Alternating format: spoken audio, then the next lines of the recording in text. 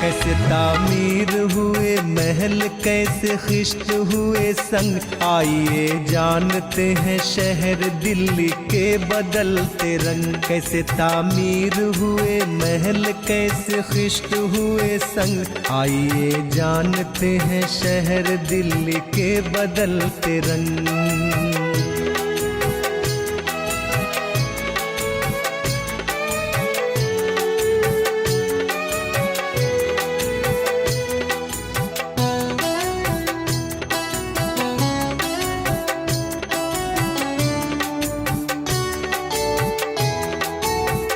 कुछ अपनी तारीखें और कुछ वजूद पर करे नजर। कहाँ से कौन है हम हर हुदूद पर करे नजर। वक्त के साथ साथ कैसे लड़ी वक्त ने है जंग। आइए जानते हैं शहर दिल्ली के बदलते रंग। कैसे तामीर हुए महल, कैसे खिश्त हुए संग। आइए जानते हैं शहर दिल्ली के बदलते रंग।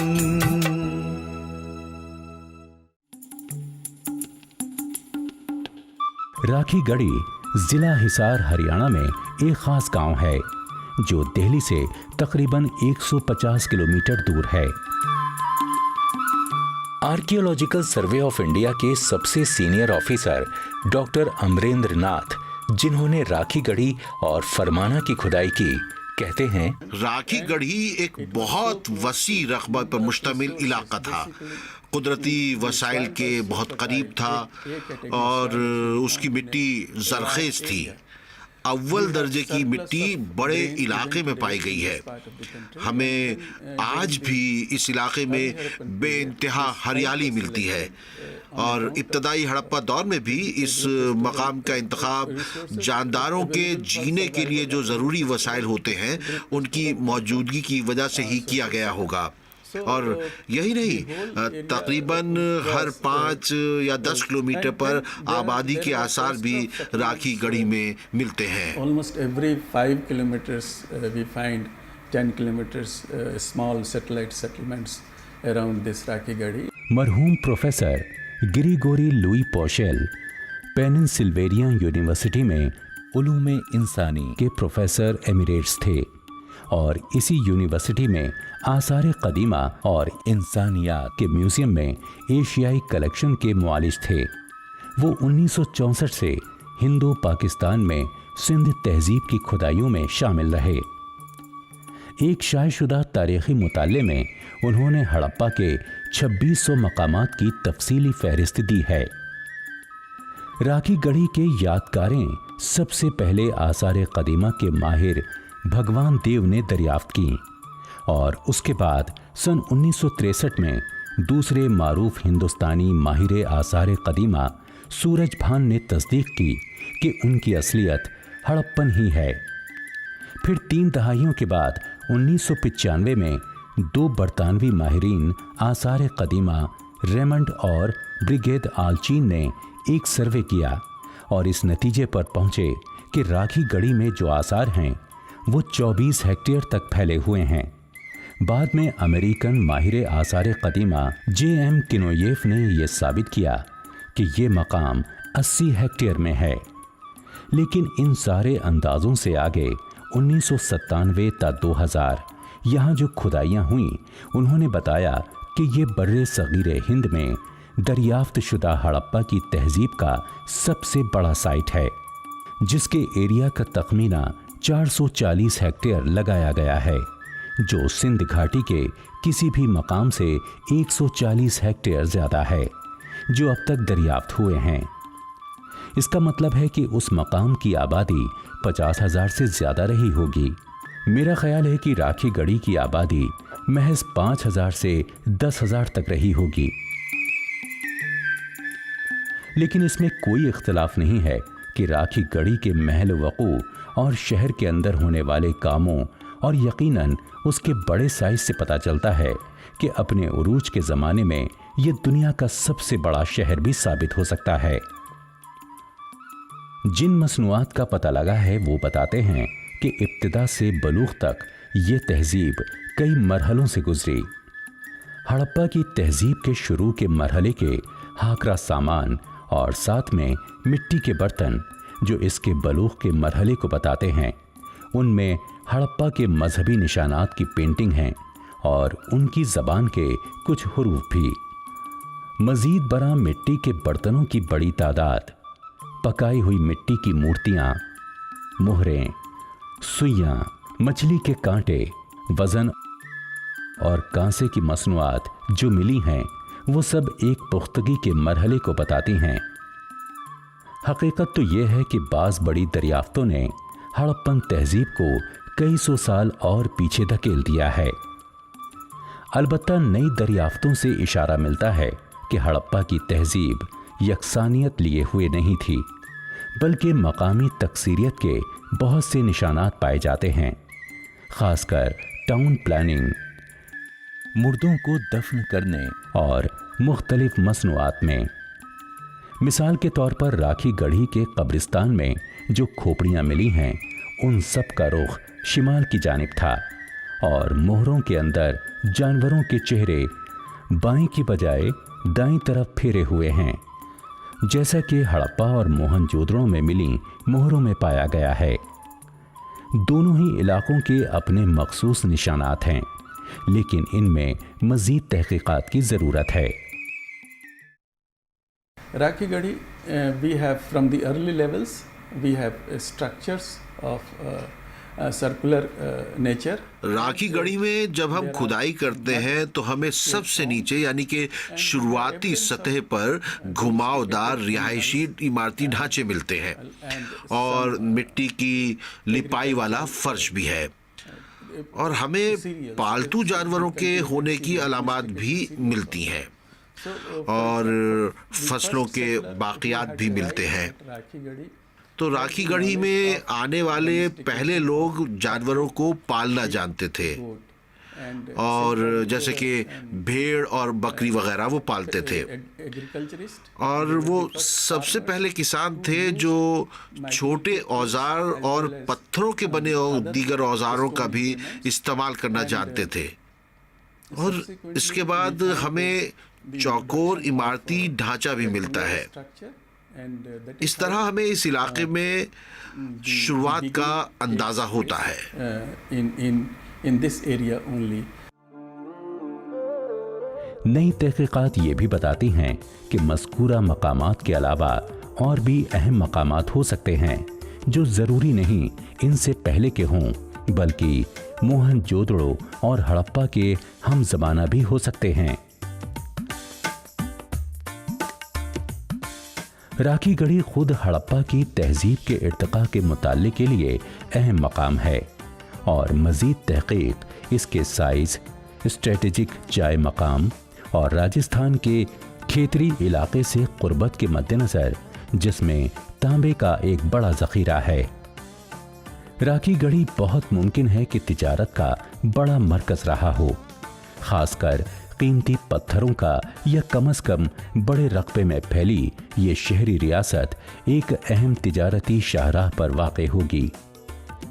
मज़ीद यह है कि ये मुआसिर गैर हड़प्पन और गैर शहरी तहसीबों से राब्ते का अहम पॉइंट रहा होगा।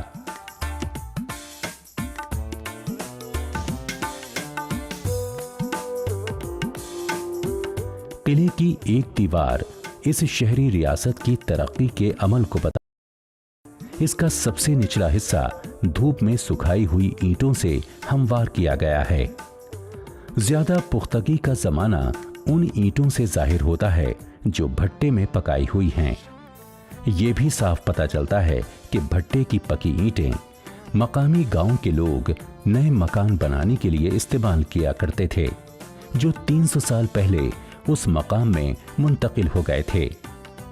लेकिन ज्यादा अहम चीज ये है कि ये बड़ी शहरी रियासतें खत्म क्यों हो गईं और अपने पीछे ऐसे राज छोड़ गईं जिनको हमें खोलना है, और हम अभी तक सारे बड़े साइंसी आलात रखने के बावजूद हड़प्पा वालों की ज़बान पढ़ने के काबिल भी नहीं हो सके। अभी इसकी इब्तिदा ही में हैं।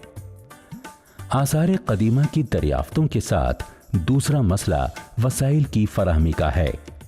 जैसा कि काबिल एहतराम तहकीककार माइकल दानिनो ने IIT चेन्नई में एक पेपर पेश करते हुए कहा, हड़प्पा की तहजीब जिस मुसाहत में फैली हुई थी उसका रकबा 1 मिलियन मुरब्बा किलोमीटर है। मिस्र और इराक दोनों को मिलाकर जो रकबा बनता है उससे भी ज्यादा। इसकी जनूबी हद ताप्ती और गोदावरी नदियों के दरमियान थी, जबकि शिमाली सरहद कश्मीर में मांडा के मकाम पर 1400 किलोमीटर दूर तक चली गई थी। अगरचे एक मकाम शारतुघई इससे भी दूर अफगानिस्तान में पाया गया है। और अब हालत यह है कि मशरिक की तरफ आखिरी बस्ती मगरिबी यूपी में आलमगीरपुर में पड़ती है। इसकी मगरिबी हदें बहरे अरब और पूरा मकरान का साहिल था, यानी मौजूदा पाकिस्तान और ईरान की सरहद का पूरा रास्ता। मजीद ये कि हड़प्पा के अब तक 2000 शिनाख्त करदा साइटों में से सिर्फ 5 शहर निकले हैं और यही 5 सारी सुर्खियां बटोर लेते हैं। दूसरे सनती और देही मराकिज हैं जिन पर तवज्जो देने की जरूरत है ताकि उस तहजीब के बारे में पूरी सच्चाई सामने आए और उस तहजीब के अजीम लोगों के बारे में जिन्होंने इस बड़े कल्चर को पैदा किया और परवान चढ़ाया। वसी पस मंजर में ये मुशाहिदा किया गया है कि दूर दराज में रहने वाली कौमों ने एक दूसरे के साथ अबलाग और तामुल शुरू कर दिया था। इन तामुलात के जरिए हिंदुस्तान के सयाहों ने अपनी सरजमीन की तारीफ में आले गाए होंगे और दरियाए सिंध के मशरिक में वाक़े मुल्क हिंदुस्तान के ज़बरदस्त कल्चर की शान में कसीदे पढ़े होंगे और इसकी शोहरत फैलाई होगी। The question of हड़प्पा के लोगों के कहीं और से आने का सवाल ज्यादा मोतबर नहीं है, no more holds good. क्योंकि आर्कियोलॉजिकल सर्वे के जरिए हमारे पास इस बात के यकीनी शवाहिद मौजूद हैं कि इब्तदाई अहद के आबादकार माइक्रोलिथिक औजार इस्तेमाल करते थे और वो लोग मेसोलिथिक असल से ताल्लुक़ रखते थे। Small tiny tools and they had Mesolithic इसलिए कि उनकी आबादी के मुतादिद मकामात दुर्शावती सरस्वती के किनारों पर आबाद हैं जिनका ताल्लुक मेसोलिथिक से है। मजीद 2003 और 2004 में भिराना में हड़प्पन मकामात की तलाश करते हुए आर्कियोलॉजिकल सर्वे ऑफ इंडिया के डॉक्टर SL राव ने पाया कि उस जगह भी गड्ढेदार मकानों का कल्चर राइज था। गड्ढे ज्यादातर मुस्तदीर और कभी कभार ईंटों की लाइन वाले होते थे। जो ईंटें इस्तेमाल की जाती थीं उनकी कोई बाज़ाब्ता शक्ल ना थी। इससे पता चलता है कि वहां के रहने वाले इब्तदाई ज़माने की हड़प्पा में बनने वाली ईंटों और बुनियाद डालने वाली तकनीकों से नए नए मुतारिफ हुए थे। दीवारों के अंदर गीली मिट्टी की लिपाई थी और गड्ढों का साइज 230 सेंटीमीटर था। गड्ढों में रहने की ये खास रिवायत हरियाणा के इब्तदाई हड़प्पन पसमंजर में जिला हिसार के मीता थाल और जिला फतेहाबाद के कुनाल के इलाके में थी। मिट्टी के बर्तन बहुत ज्यादा उनसे मुशाबा हैं जो वादी कश्मीर के बरजूम में मिले हैं। ये नोट करना भी अहम है कि इन कौमों के दरमियान मैनहर बनाने और बुनियाद में डालने की कोई रिवायत नहीं पाई गई, जिससे मैनहर कल्चर का खात्मा हो गया। प्रोफेसर बीबी लाल बताते हैं कि हरियाणा के गिरावाड़ और कुनाल में हड़प्पा की साइटों में लोग अपने घर जमीन के ऊपर नहीं बनाते थे, बल्कि गड्ढे खोदते थे और उनको मकानों की तरह इस्तेमाल करते थे। प्रोफेसर बीबी लाल ये भी वाजे करते हैं कि गड्ढों में रहने वाले इनमें इसलिए रहते थे कि वो अपने आप को शिमाल की ठंडी हवाओं से बचाना चाहते थे, जिनका निशाना ये इलाके थे। या ये भी हो सकता है कि वो बस अपने बुजुर्गों की रिवायत को बरकरार रखते हों। यहाँ एक मंतकी सवाल ये पैदा होता है कि इनके बुजुर्ग कहाँ से आए थे। तहकीककारों ने मजीद ये इजाफा किया है के अबूरी दौर में बस्तियां बसाने के हड़प्पन में एक वाज़ेह तब्दीली आई। इस पूरे मकाम पर कब्जा कर लिया गया और कस्बे को किले में बदल दिया गया। लोग जमीन की सतह पर मकान बनाकर रहने लगे। अब देहातों की टेक्नोलॉजी में तरक्की हो गई। बड़ी अशिया जैसे खोल, चूड़ियां, मछली के कांटे और तीर कमान तांबे से बनाए जाने लगे। राखी गढ़ी के चारों तरफ हर 5 या 10 किलोमीटर पर कोई साइट है, जिसकी वजह से राखी गढ़ी एक मरकजी मकाम की हैसियत से उभरा है। इस तरह राखी गढ़ी इलाकाई तिजारत के लिए एक डिवीजन बन गया। राखी गढ़ी का ताल्लुक गुजरात की कांबे खाड़ी से था और यहाँ से समंदरी चीजें वहाँ सप्लाई होती थीं। दस्तकार चर्ट टूल बनाते थे। चर्ट यानी चकमक पत्थर सिंध के एक मकाम रोहरी से मंगाए जाते थे। राखी गढ़ी हिमालय की तराई से आने वाले सामान को भी कंट्रोल करता था, खास तौर पर लकड़ी और उससे बनी मुख्तलिफ चीजें जैसे फर्नीचर वगैरह बनाए जाते थे। राखी गढ़ी पूरे दृशावती सरस्वती इलाके के लिए एक दरवाजा यानी गेटवे की तरह था। राखी गढ़ी और फरमाना की तलाश से ये इशारा भी मिलता है कि दिल्ली का जो मयारी महलो वकू है, उसकी वजह से यहाँ इस तरह की और कौमें भी पनप रही होंगी। तकरीबन तमाम बड़ी तहसीबें मुख्तलिफ नस्ली शनाख्तों और लिसानी ग्रुपों को शामिल होती हैं और ये ग्रुप इम्कानी मुखालिफ बनकर भी उभर सकते हैं, क्योंकि किसी ग्रुप को इम्तियाजी शनाख्त देने से कल्चर जहाँ शुमूली बन जाता है, वहीं वो उनको अलग थलग भी करता है। राखी गढ़ी के लोग किस तरह के कपड़े पहनते थे, इसका पता एक मिट्टी के बर्तन पर बनी तस्वीर से होता है। एक मर्द ने धोती और कुर्ता पहन रखा है और चूड़ी भी पहन रखी है। आज भी हरियाणा के मुकामी लोग यही लिबास पहनते हैं। हमें डॉक्टर अमरेंद्र नाथ की इस तहकीक से पहला प्रूफ मिलता है कि लोग उस वक्त क्या कपड़े पहनते थे, पर वो कैसे दिखते थे ये अभी तक कहना मुश्किल है। हड्डियों से चेहरे का रिकंस्ट्रक्शन जैसे कि लोलान ब्यूटी का किया गया है, हमें दिखा सकता है कि ये लोग कैसे दिखते थे, जिनकी आम ऊंचाई 175 सेंटीमीटर से ज्यादा थी। इसी तरह डीएनए एनालिसिस ये बता सकता है कि मोहनजोदड़ो और हड़प्पा के लोग कहां से आए और कौन थे। इसके लिए साइंटिफिक टेक्निक का इस्तेमाल जरूरी है।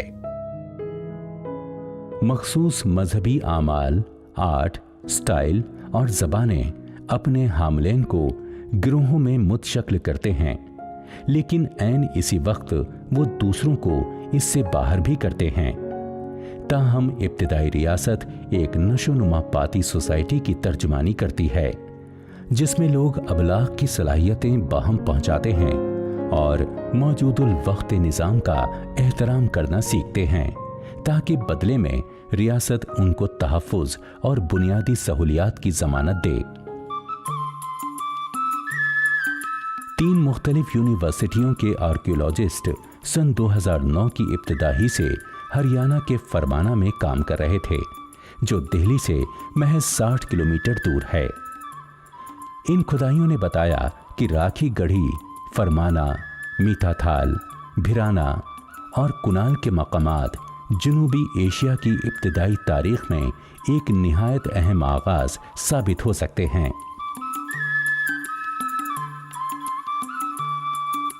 हड़प्पा के लोगों का एक अहम मसला समाजी तहफ़्फ़ुज़ का था। जानवरों की अफ़ज़ाइश और ज़राअत ग़िज़ाई तहफ़्फ़ुज़ के लिए ज़रूरी थे कि कांसे के अहद के लोगों के लिए दोनों ही बका का ज़रूरी वसाइल थे। भैंसें, बकरियां और भेड़ें पाली जाती थीं, जिनसे गोश्त मिलता था, जो ग़िज़ा का एक अहम हिस्सा थे। बैल, गधे और ऊंट वगैरह सवारी और बार बर्दारी के जानवर थे और खेत जोतने के लिए भी जरूर इस्तेमाल होते होंगे। उस वक्त पहिए की ईजाद हो गई थी। खुदाइयों के दौरान पकी मिट्टी की तस्वीरें ऐसी मिलीं जो ये बताती हैं कि बैल छकड़े खींचते थे और इनमें ठोस पहिए इस्तेमाल होते थे। ज्यादा इम्कान ये है कि ये लकड़ियों से बनाए जाते हों। बाद में राखी गढ़ी में ऐसे खिलौनों की दरियाफ्त हुई जिनमें तारदार पहिए लगे थे। खूबसूरती से डिजाइन की गई मोहरें भी तहरीक देने वाली दरियाफ्तों में से हैं। लोग कश्तियों से सफर को ज्यादा तरजीह देते थे। नक्लो हमल का ये तरीका यकीनन ज्यादा महफूज रहा होगा, जो नदियों के साहिली इलाकों से तिजारत और अबलाग के लिए अहम राब्ता बनाता है। यूं कश्तियों की सनत भी उन महारतों का अहम हिस्सा बन जाती है जिनमें दस्तकार अपनी महारत का इजहार करते हैं। कांसे और पत्थर के सनतकार भी समाजी ताने बाने का अहम हिस्सा बन जाते हैं। वो महज मुजस्समे और औजार ही नहीं बनाते, बल्कि बहुत से आलात और हथियार भी बनाते हैं। सिंध के तहजीबी खत्ते में इस प्रोडक्शन की खूब तिजारत होती थी। एक यकसा रस्मुल खत, मुनज़बत वज़नों और पैमानों ने तिजारत को खूब बढ़ाया होगा। सिंध के लोगों के तिजारती रवाबित राजस्थान से ईरान और मेसोपोटामिया तक वसी हो गए थे। इराक के रिकॉर्ड बताते हैं कि 2350 काफ मीम में उनके तिजारती ताल्लुकात मलुहा से थे। ये नाम वादी सिंध की तहजीब को इराक के लोगों ने दिया होगा। फरमाना में जो तलाश हुई है उसने इस जगह को बहुत अहम बना दिया है कि यहाँ अब तक 65 कब्रिस्तानों का पता लग चुका है, जिससे ये इंडिया में अब तक हड़प्पन तहजीब का सबसे बड़ा कब्रिस्तान बन गया है। हड़प्पा की तहजीब को दरियाफ्त हुए 1.5 सदी हो गई है, मगर अभी तक इस बात का गहरा मुताला नहीं हो पाया है कि ये लोग कौन थे और इतनी ज्यादा तरक्की तहजीब अचानक क्यों खत्म हो गई। अमरेंद्र नाथ के मुताबिक राखी गढ़ी के लोगों की लंबाई 178 से 190 सेंटीमीटर के दरमियान थी। इससे इशारा मिलता है कि लंबे और सेहतमंद लोग उस वक्त यहाँ रहा करते थे। फरमाना में मकामी रंग देते हुए ज्यादातर कब्रें मगरिब व जनूब मशरिक की समत में हैं, अगरचे बाज़ कब्रें शिमाल जनूब और बाज़ मशरिक और जनूब मगरिब के रुख पर हैं। कब्रों का मुख्तलिफ रुखों पर होना ये बताता है कि एक ही कम्युनिटी में कई ग्रुप थे, और चढ़ावे के तौर पर बर्तनों की तादाद में इख्तलाफ ये बताता है कि कम्युनिटी में समाजी और माशी इख्तलाफात थे। इसी तरह मकामी तगय्युर के मखसूस आसार हैं जो उस तस्वीर को बिल्कुल मुस्तरद कर देते हैं कि हड़प्पा वाले एक यकसानियत वाला गिरोह थे।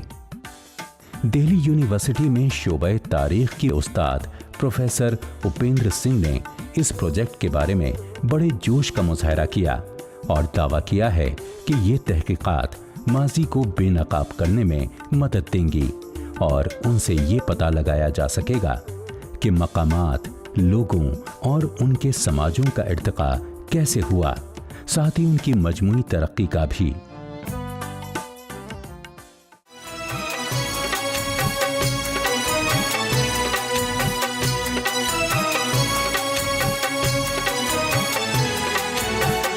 कैसे तामीर हुए महल, कैसे खिश्त हुए संग, आइए जानते हैं शहर दिल्ली के बदलते रंग। कैसे तामीर हुए महल, कैसे खिश्त हुए संग, आइए जानते हैं शहर दिल्ली के बदलते रंग।